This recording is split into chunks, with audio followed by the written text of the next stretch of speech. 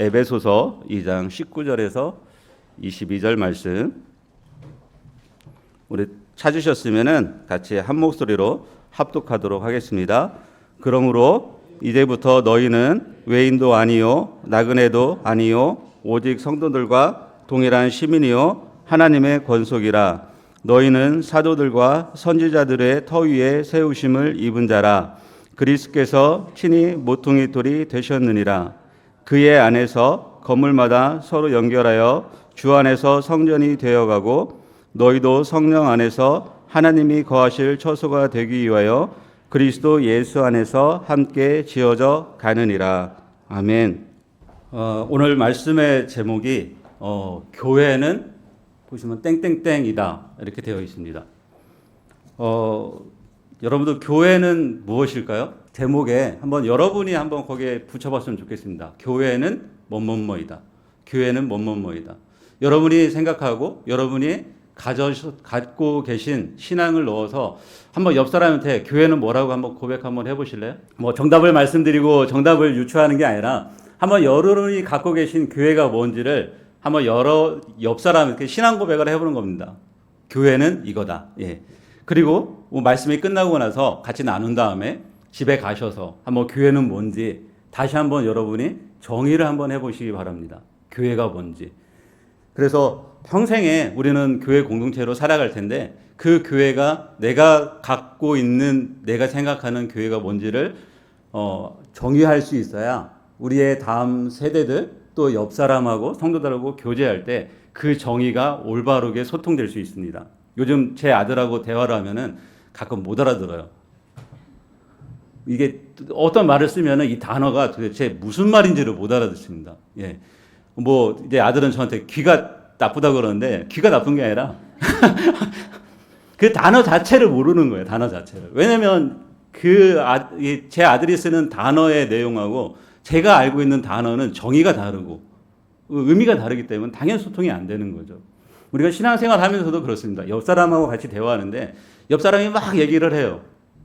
근데 그 단어를 얘기하는데 내가 생각하고 있는 단어하고 그분이 얘기하고 있는 단어하고 과연 일치할까? 그런 생각 안 해보셨습니까? 저 성도님이 지금 내 말을 잘 듣고 있을까? 들어올까? 그런 생각 안 해보셨습니까?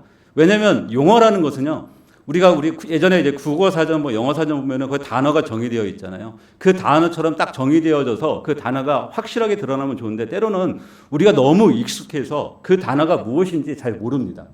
그냥 매일 사용하다 보니까 그렇지라고 고개는 끄덕이는데 옆 사람한테 이게 뭐야라고 하면은 그거 있어 찾아봐. 얼버무리죠. 예. 교회도 그런 종류의 하나입니다. 교회라는 용어도 막상 옆 사람한테 아니면 누구한테 교회가 뭐야라고 이렇게 설명을 하게 되거나 아니면 누군가 나한테 질문을 던져서 내가 답변을 해야 된다면은 때로는 이게 뭐지? 이게 한 글자로 교회라고 하는데 이걸 뭐라고 표현하지? 라고 당황할 때가 있다는 것이죠. 여러분을 왜 교회로 하나님께서 부르셨을까요? 여러분은 왜 주일 아침에 교회로 나오셨습니까? 여러분이 생각하는 교회는 무엇일까요? 일주일 동안 혹시 교회에 대해서 고민해 보시는지요? 예. 삶의 자리에 있으면서 생수 공동체가 그리워서 오늘은 생수교회 가야지. 오늘은 우리 공동체에 가야지. 우리 공동체에 모든 성도님들 잘 계실까? 저번처럼 비가 많이 오고 이상한 기온 현상이 나타날 때 그분들은 잘 계실까? 그분들은 어떨까? 그런 생각을 혹시 해보셨는지요? 교회가 하면은 어떤 생각이 드시는지요? 지금 말씀드린 이런 것들을 한번 여러분들이 한번 순간순간 한번 질문을 해봤으면 좋겠습니다. 그래서 교회가 무엇인지, 내가 속한 생수 공동체가 과연 어떤 공동체인지, 나는 그 공동체에서 어떤 역할을 하고 있는지, 나는 교회에 다니는지 가는지 아니면 어쩔 수 없이 그냥 출석하는지, 그런 부분들을 여러분들이 진지하게 좀 고민하는 시간을 갖고자 해서 오늘 한 말씀을 같이 나누려고 합니다.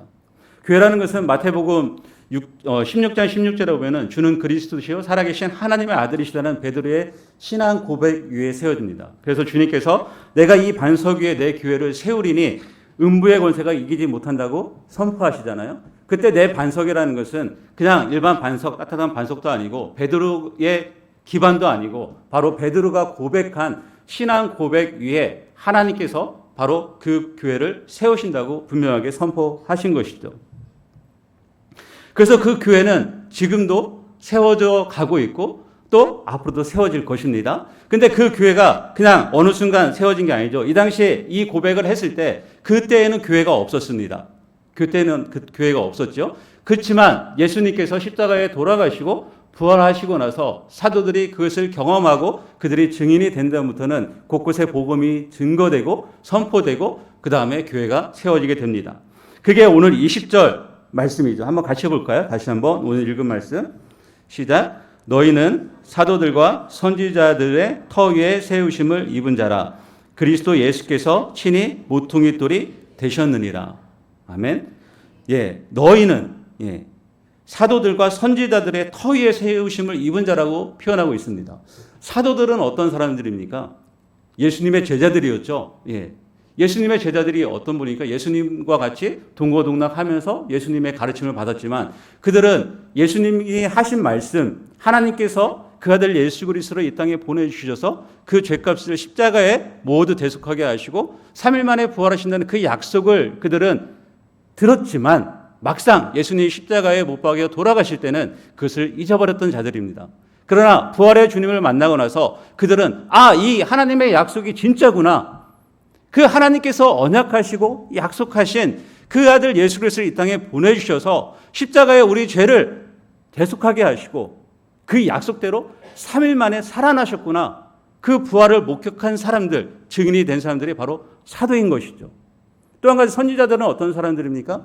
구약에서는 하나님이 계시해 주신 말씀을 듣고 선포한 자들, 신약에서도 하나님이 말씀해 주신 것들을 듣고 선포한 자들입니다.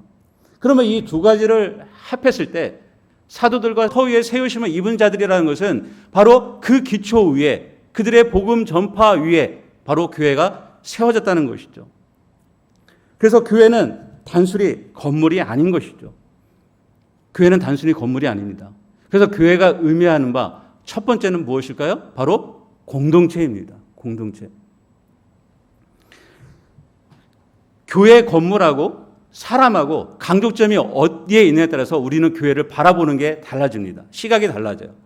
유럽에는 오래된 교회들이 굉장히 많이 있습니다. 한국은 100년만 돼도 교회가 굉장히 오래되었다고 이렇게 할 수 있습니다. 그렇지만 유럽 같은 데는 500년 된 교회들이 수없이 많습니다.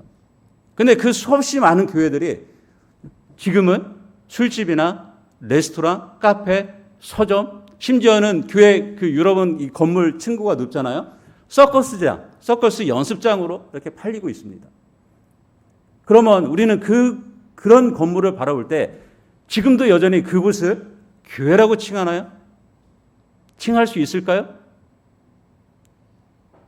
사람이 한 명도 없는 교회, 그 세계 문화유산으로 등록되어 있어서 뭐 1500년 된 교회 이런 그런 교회들은 문화유산에 등재되어 있기 때문에 우리가 그 건물을 바라보면서 저 교회야라고 할 수 있을까요? 진정한 강조점을 어디에 대해서 달라질 수 있겠죠.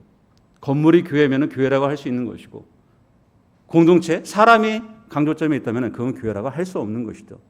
만약에 교회가 강조점이 된다면은 술집으로 팔린 곳에 사람들이 가면은 그곳 사람들은 성도네요? 아니잖아요.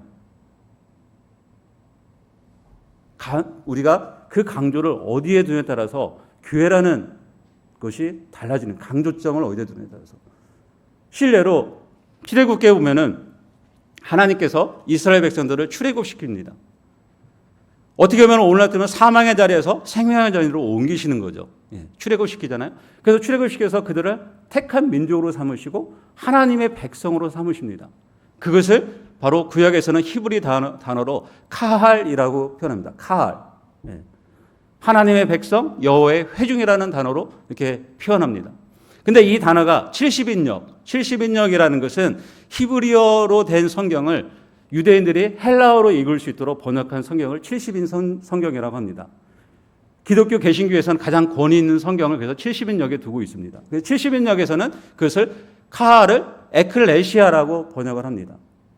에클레시아는 헬라어 에크라는 단어하고 칼레오로 나라가 합친 단어입니다. 에크라는 것은 밖에 있는 뜻이고 칼레오는 부르다는 뜻입니다. 밖에 있는 자들을 불렀다. 출애굽 당시 애굽에 있는 자들을 불러서 하나님께서 옮기신 것처럼 우리도 죄와 사망의 자리에 있던 자들을 불러서 옮긴 것.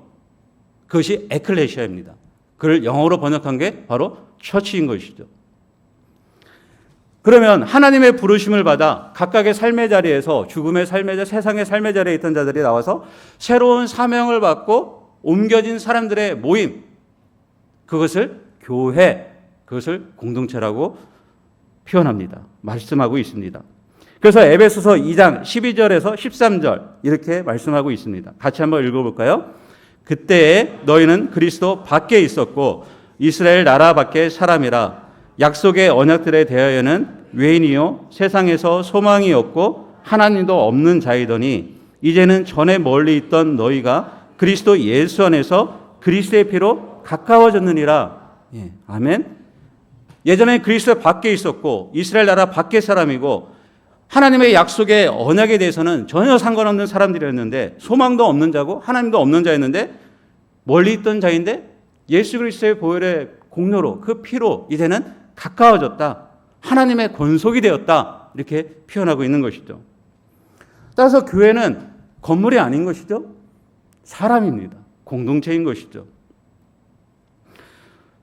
우리가 가끔 그런 생각을 할 수 있어요. 그러면 혼자서 신앙생활을 할 수 있겠지.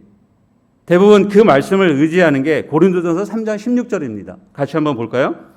같이 읽겠습니다. 시작. 너희는 너희가 하나님의 성전인 것과 하나님의 성령이 너희 안에 계시는 것을 알지 못하느냐. 아멘. 너희는 너희가 하나님의 성전인 것과 하나님의 성령이 너희 안에 계시는 것을 알지 못하느냐 이렇게 표현합니다.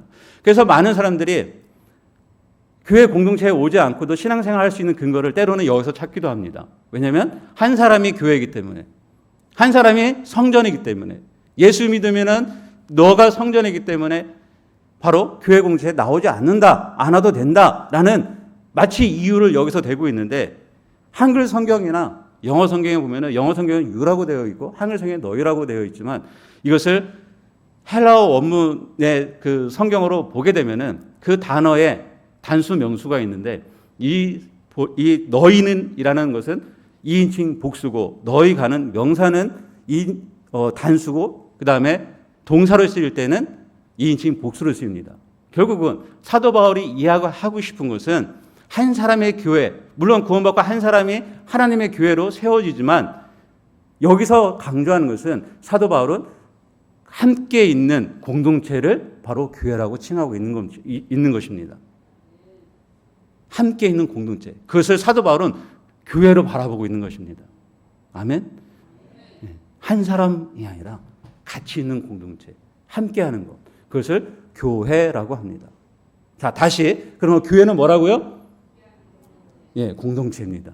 예, 공동체. 그래서 요즘 교회 이름에 보면은 무슨 커뮤니티라는 말도 쓰고 무슨 공동체라는 말도 많이 씁니다.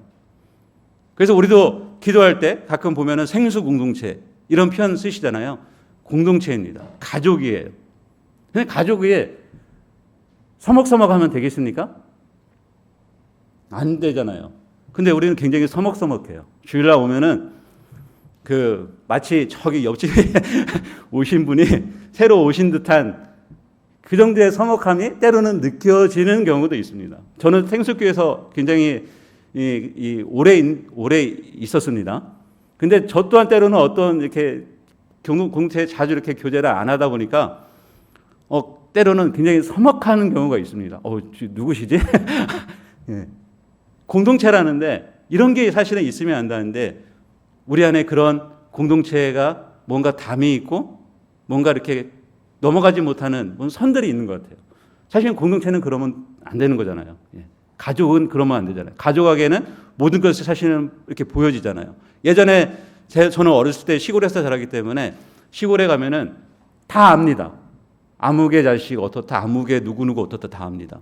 심지어는 요즘도 그렇지만 예전에 명절에 옆집에 이렇게 승용차가 딱 받쳐지면은 옆집 누구 왔네? 승용차 안 오면 옆집 누구 왔나? 그 사람의 차까지 다 압니다. 예. 근데 오늘날 우리 공동체 옆집 지금 주일날 누가 안 와도 아십니까 혹시 여러분?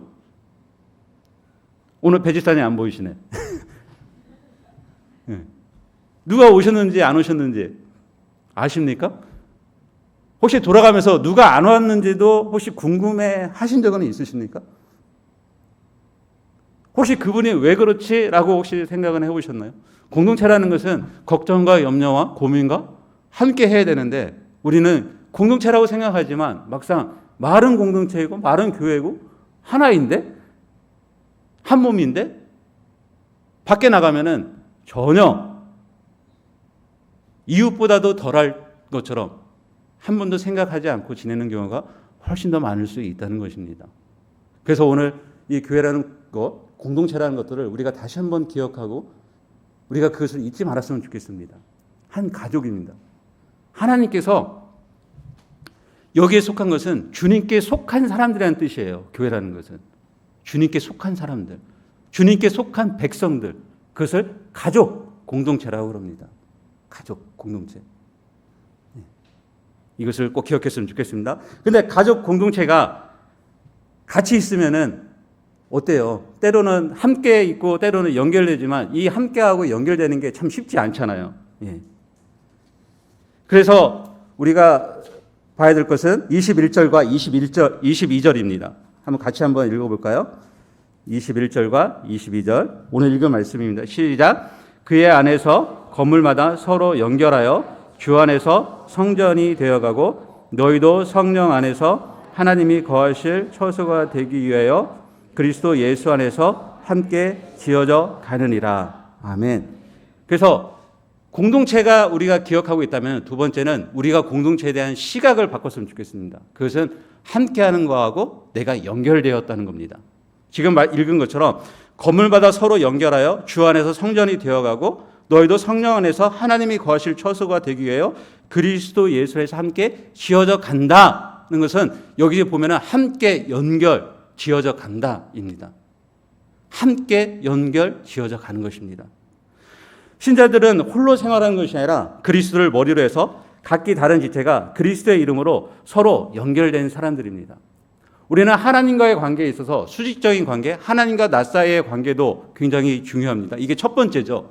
하나님과 나의 관계가 올바로 돼야 내가 그 안에서 내가 누구인지 발견되기 때문에 내가 죄인임을 고백하고 하나님께 나올 수 있습니다.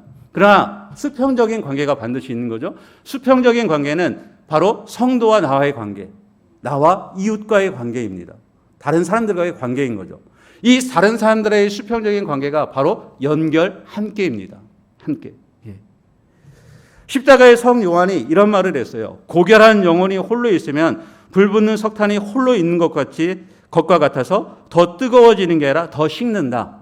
예. 예전에 석탄 떼보신 분 알잖아요. 어렸을 때 초등학교 석탄난로. 석탄 갖다가 아무리 그 빨갛게 익은 석탄을 갖다가 만약에 혼자 놔둬보세요. 금방 식습니다.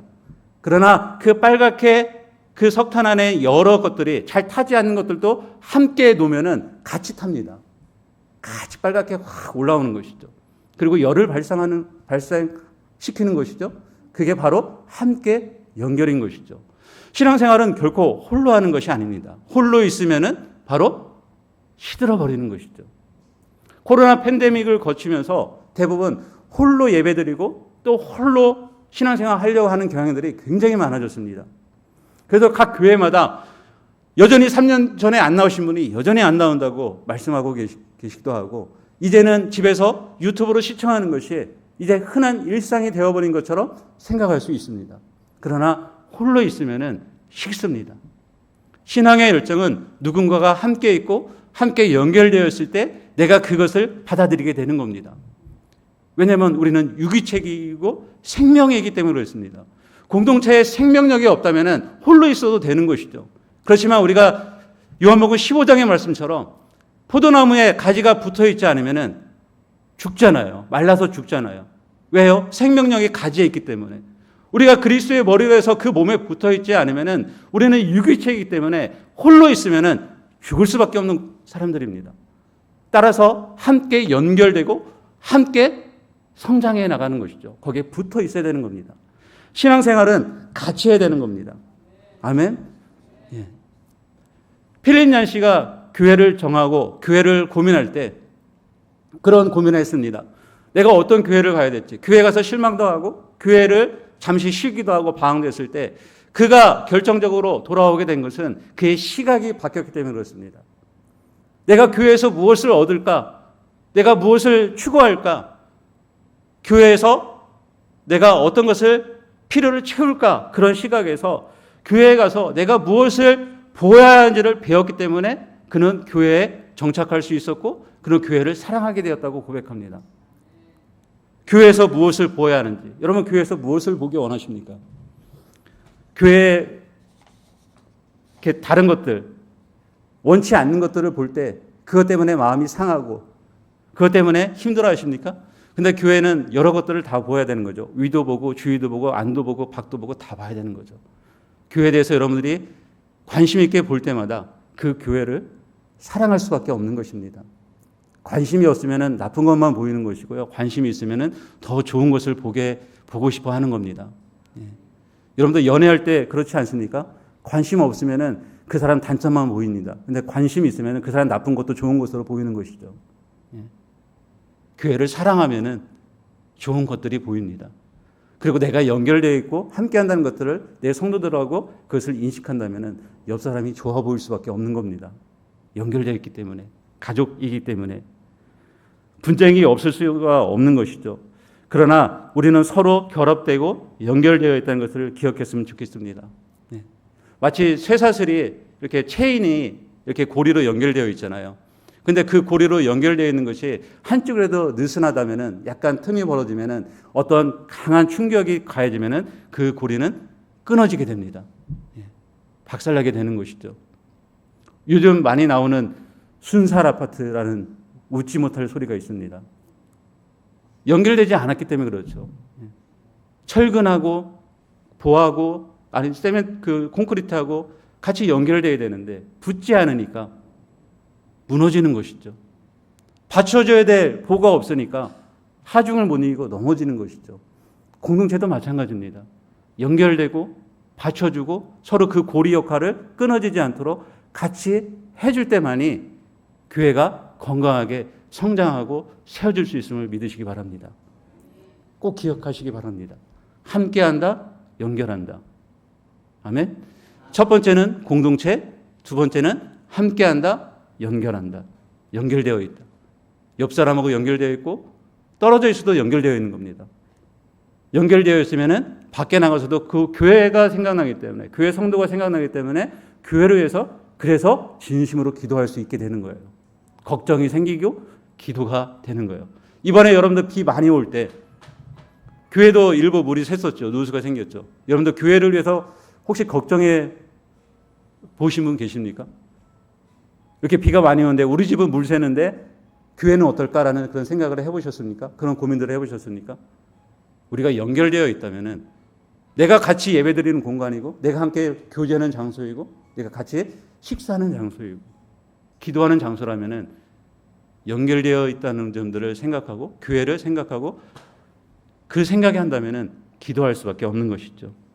우리 공동체가 그런 공동체가 되었으면 좋겠습니다. 사실들이 체인처럼 꽉 서로 맞물려서 연결된 것처럼 또 포도나무 그 가지들이 잘 튼튼하게 붙어 있어서 그 밑으로부터 오는 그 양분을 잘 받아서 아름다운 과실이 맺히는 것처럼 그 열매들이 맺히는 그런 생수 공동체가 되기를 주님의 이름으로 축복합니다. 아멘. 그러면 연결됐고 함께 하는데 이게 참 쉬운 일 아닙니다.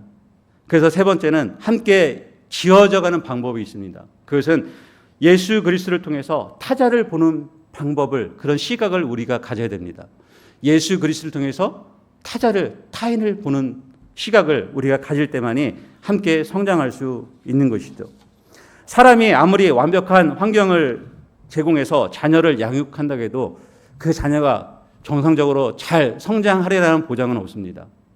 가끔 그렇죠. 유기농 식단을 드시는 분들 그러면 평생에 건강해야 되는데 안 그래요. 병원 자주 가시더라고요. 예. 왜 그럴까요? 자녀도 마찬가지죠. 온갖 완벽하게 퍼펙트하게 내가 자녀를 뒷바라지에서 가리키는데 그 자녀가 정말로 인격과 성품이 온유하고 겸손하고 정말 세상에 존경받을 자로 타인을 위해서 건강하게 성장하면 좋을 텐데 그렇지 않은 경우가 많아요. 또 아무리 좋은 식단을 먹어도 그 식단이 몸에 전부 다 좋은 역할만 하는 거 아니에요. 우리 몸도 그렇죠.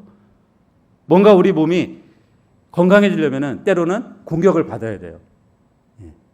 공격을 받아야 얘가 항체도 생기고 면역력도 생기는 겁니다. 교회를 그리스도의 몸에 비유하고 있잖아요. 그리스도의 몸. 그럼 우리 몸이라는 건 뭐예요? 우리 몸은 상처가 날 수 있고 또한 넘어질 수도 있고 부러질 수도 있습니다. 때로는 말로 고통도 받을 수 있는 것이죠. 아파할 수 있는 거예요. 근데 그런 것들이 있어야 사람이 성장하잖아요. 어렸을 때 아이가 걸음마를 하기 위해서는, 걷기 위해서는 걸음마하고 넘어지고 수백 번 넘어져야 비로소 걷는 거잖아요. 어떻게 처음부터 걷고 뛰고 날아다녀요? 못 하잖아요. 넘어지고 까지고 상처가 나고 때로는 부러져 봐야 이렇게 조심해야 되는 거 아는 거잖아요. 그리고 커가면서 성장통이라는 게 있어야 성장하잖아요. 그 통증이 있어요. 저는 교회도 마찬가지라고 생각합니다. 우리가 그리스도의 타자를 보는 것은 바로 그 성장통을 극복하기 위해서 그리스도를 통해서 타자를 보는 법을 가져야 된다는 겁니다. 교회도요, 아픔이 있죠. 분열도 있죠. 때로는 어떤 한 사람 때문에 교회 나오기가 힘든 경우도 때로는 생기죠. 때로는 교회 가면은 예배에 대한 거룩함이 있어야 되는데 때로는 예배 때문에 때로는 힘들어할 때도 있죠. 어떤 분 때문에 그 예배가 집중이 안 될 때도 있죠. 그런 순전히 다 누구한테 지금 시선이 와 있냐면은 다 자기 중심적입니다. 우리는 너무나 나 중심적이라는 것에 굉장히 익숙해져 있습니다. 그래서 예배도 나 중심적이 되어야 됩니다. 예수 그리스도가 교회의 머리고 그의 몸인데 막상 교회에 와서는 내가 예수 그리스도보다 더 머리에 있습니다.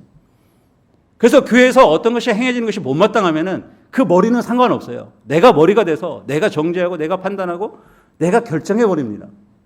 그리고 이 교회는 이거야 하고 내가 단정해버립니다. 아니 내가 왜 교회를 어떻게 정의할 수 있습니까? 교회는 정의했잖아요. 지금 공동체라고 함께 연결되어 있다고 그의 머리고 그의 몸이라고 분명하게 말씀하고 있잖아요. 하나님의 가족이라고 있잖아요. 근데 왜 내가 정의를 합니까? 그리고 나서 쉽게 정지하고 쉽게 떠납니다. 때로는 교회를 찾아다닙니다. 이 교회가 편안한지, 이 교회 예배 스타일이 나한테 마음에 드는지, 이 교회 목사님이 나의 욕구를 채워줄 만한 설교를 하고 있는지. 어느 날 깜짝 놀랐어요. 제가 어떤 목사님의 식사 자리에서 식사를 하고 있는데 그 교회가 어렵다는 걸 알아요. 그 성도들이 굉장히 세다는 거, 장로들이 세다는 건 제가 익히 들었어요. 근데 그 젊은 목사님이 제 옆에서 식사하면서 제가 그랬어요. 목사님 어떠세요? 하고 여쭤봤더니 그 목사님이 저한테 그래 힘들다고 하더라고요. 그래서 이렇게 얘기하다가 설교 얘기가 나왔어요. 성도들을 혼내는 설교를 하면 장로들이 쫓아와서 목사님 앞으로 그런 설교 하지 마십시오라고 합니다. 이게 말이나 됩니까? 깜짝 놀랐습니다. 담임 목사님한테 쫓아와서 목사님 그 설교 하지 마십시오. 장로가. 있을 수가 없는 일이죠. 이것은. 누가 주인입니까? 자기가 그 교회의 주인이기 때문에 그렇습니다. 결코 그렇지 않습니다. 하나님만이, 주님만이 주인입니다. 아멘. 나는 그 교회 주인이 아니에요. 나는 우리 교회 주인이 아니에요. 주인 의식을 같이 그 몸에 참여하는 공동체의 지체입니다. 하나님만이 주인입니다. 아멘. 예. 타자를 볼 수 있는 것은 그런 눈이 열렸으면 좋겠습니다. 내가 개인의 내 취향에 맞는 교회가 아니라 남을 볼 수 있는 그 교회의 큰 그림을 볼 수 있는 아까 필립 씨가 시각을 바꾼 것처럼 주위와 안과 밖을 보면서 그 교회를 사랑하는 마음들 교회에 대해서 더 내가 무언가를 보겠다는 그런 시각들이 있었으면 좋겠습니다. 하나님께서 공동체에 어떤 것을 역사하실지 바울이 기도하는 것이 지금 에베소서 1장 2장이잖아요. 그 기업의 풍성함이 영광이 무엇인지를 성도들이 알아가기를 원하잖아요. 어디에서요? 교회에서. 교회에서 우리에게 부어주신 그 기업의 풍성함이 무엇인지 너희들이 알아갔으면 좋겠어. 그러기 위해서 너희가 함께 연결되고 함께 세워져 가야 되고 옆 사람을 하나님의 존귀한 자녀로 봐야 돼. 가족이야. 하나님의 권속이야. 타자를 그리스도를 통해서 옆 사람을 봐봐. 얼마나 존귀한 자녀들인지. 바울이 그렇게 고백하고 있는 겁니다. 우리 공동체가 그렇게 되기를 주님으로 축원합니다. 아멘. 교회는 두 가지 사명이 있습니다.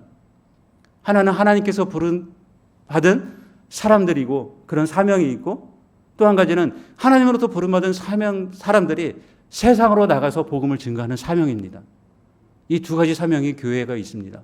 그래서 가톨릭 교회는 미사를 끝난 다음에, 개신교는 축도하고 끝나지만 가톨릭 교회는 미사를 드린 다음에 마지막에 파송 예식이 있습니다. 왜요? 세상으로 나가기 때문에. 불러드리고 하나님은 우리를 다시 세상으로 내보내는 거죠. 그리고 그 복음을 듣고 믿고 하나님의 백성이 될 수 있도록 우리를 사용하시는 거예요. 아멘. 그게 교회입니다. 그리고 그 안에서 서로 세워져가고 성장해서 어른이 되어가고 그 만물을 충만케 하시고 만물을 완성해 가시는 하나님의 놀라운 역사를 우리가 경험하는 것입니다. 아멘.